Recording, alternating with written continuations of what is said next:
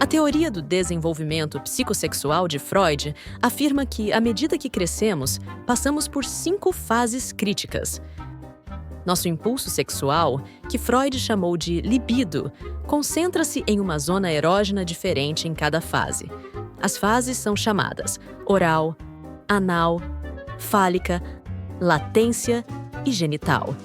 Se a nossa experiência durante qualquer uma destas fases for traumática, poderemos desenvolver fixações mais tarde na vida, tais como neurose, dependências, vícios ou depressão. A fase oral de 0 a 1 ano. No primeiro ano de vida, descobrimos o mundo através dos sentidos orais.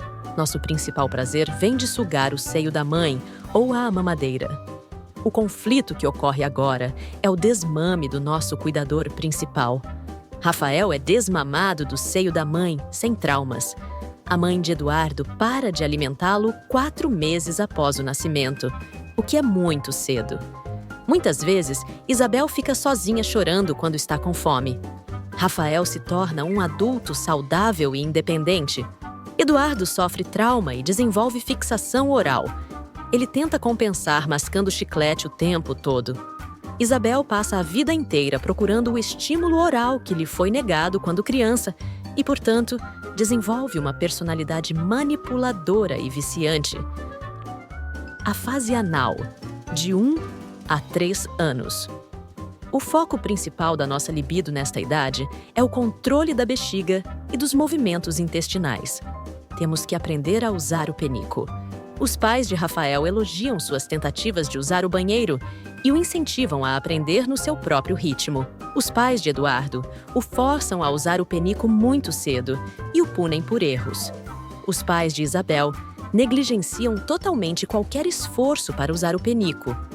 Rafael desenvolve uma personalidade competente e um relacionamento bom e equilibrado com a autoridade. Eduardo desenvolve uma personalidade anal retentiva.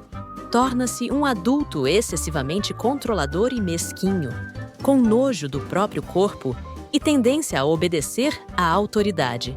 Isabel desenvolve uma personalidade anal expulsiva. Ela se torna bagunceira, desorganizada, sem consideração pelos sentimentos das outras pessoas e rebelde contra a autoridade. A fase fálica, de 3 a 6 anos. Nossa libido agora se volta para os órgãos genitais à medida que descobrimos as diferenças entre o gênero feminino e o masculino.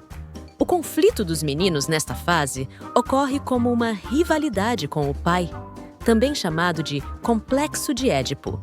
Eduardo e Rafael desejam possuir a mãe e fantasiam em se livrar do pai.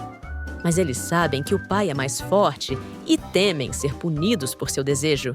Freud chamou isso de ansiedade de castração. Isabel sente inveja do pênis. Ela acredita que um pênis é a chave para o poder e a dominação, e também quer um. O pai de Rafael esteve muito presente nessa fase. Mais tarde, Rafael resolve esse conflito identificando-se fortemente com ele. Ele aprende a assumir um papel masculino. Quando adulto, ele respeita ambos os sexos. Eduardo, cujo pai esteve ausente durante essa fase, não consegue desenvolver um forte sentido de masculinidade. Ele tem fixação pela mãe e não tem certeza sobre sua sexualidade. Ele também tende a ser agressivo com as mulheres e precisa competir constantemente com outros homens. Isabel, como todas as mulheres, mantém a inveja do pênis pelo resto da vida, o que no caso dela causa um complexo de inferioridade em relação aos homens. A fase de latência, de 7 a 13 anos. Nesta fase, a nossa libido é suprimida à medida que a nossa energia sexual é sublimada no desenvolvimento de competências para a vida. Nosso superego se fortalece e nos identificamos fortemente com valores sociais, heróis do mesmo sexo e amigos. Rafael tem muitos hobbies. Eduardo adora aprender coisas na escola. Isabel tem muitas novas namoradas. Não há conflito real nesta fase. Todos os 3 se beneficiam pelo resto da vida das habilidades que desenvolveram durante a latência. A fase genital, da puberdade até a morte. Quando atingimos a puberdade, a nossa libido começa a se tornar ativa novamente e desenvolvemos interesse em parceiros sexuais. Rafael, Isabel e Eduardo enfrentam o desafio de equilibrar os desejos sexuais do id e as necessidades do superego para obedecer às normas sociais. O desenvolvimento de um ego forte ajuda a encontrar um compromisso entre os dois. Rafael, que viveu uma infância sem muitos traumas, consegue construir um ego forte. Ele é disciplinado no trabalho, tem um relacionamento amoroso e uma vida sexual plena. O ego de Eduardo é mais fraco que o seu superego. Ele obedece às normas e autoridades e, como resultado, suprime os seus desejos, o que leva ao desenvolvimento de perversões. Isabel tem um ego fraco e um superego fraco. Suas necessidades sexuais são mais importantes do que as normas sociais ou os sentimentos de outras pessoas. Ela é egoísta e não sente culpa por infringir a lei ou ferir outras pessoas. Para compreender a teoria, precisamos vê-la no contexto do famoso trabalho de Freud sobre o inconsciente. Ao reconhecer que temos um subconsciente, também implicamos que armazenamos memórias da primeira infância e outras experiências, mesmo sem perceber. Essas experiências passadas influenciam inconscientemente nosso comportamento diariamente. Freud afirmou que nossa mente opera em 3 esferas, que podemos imaginar como um submarino. O nível inconsciente opera o id. O nível pré-consciente opera o superego.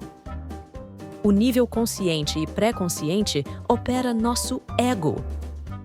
As crianças pequenas são movidas pelo id e exigem satisfação imediata. Por volta dos 7 anos, começamos a desenvolver um superego e queremos nos tornar bons cidadãos morais e agradar aos outros. O ego se forma na adolescência para equilibrar as duas forças. Sigmund Shlomo Freud foi um neurologista austríaco e fundador da psicanálise. Freud teorizou que o inconsciente lembraria e armazenaria todas as nossas experiências. Mais tarde, elas surgiriam de vez em quando através de sonhos e pensamentos associativos. Ao revelar memórias e desejos traumáticos através da conversa, podemos nos libertar das nossas neuroses e viver uma vida mais saudável e plena. Ele recomendou: não devemos nos esforçar para eliminar nossos complexos, mas para entrar em acordo com eles. Eles são legitimamente o que dirige a nossa conduta no mundo. O que você acha dessa teoria? Você acha que Freud estava certo? Compartilhe sua opinião nos comentários abaixo e leia a descrição para se aprofundar e encontrar links, fontes e informações relevantes.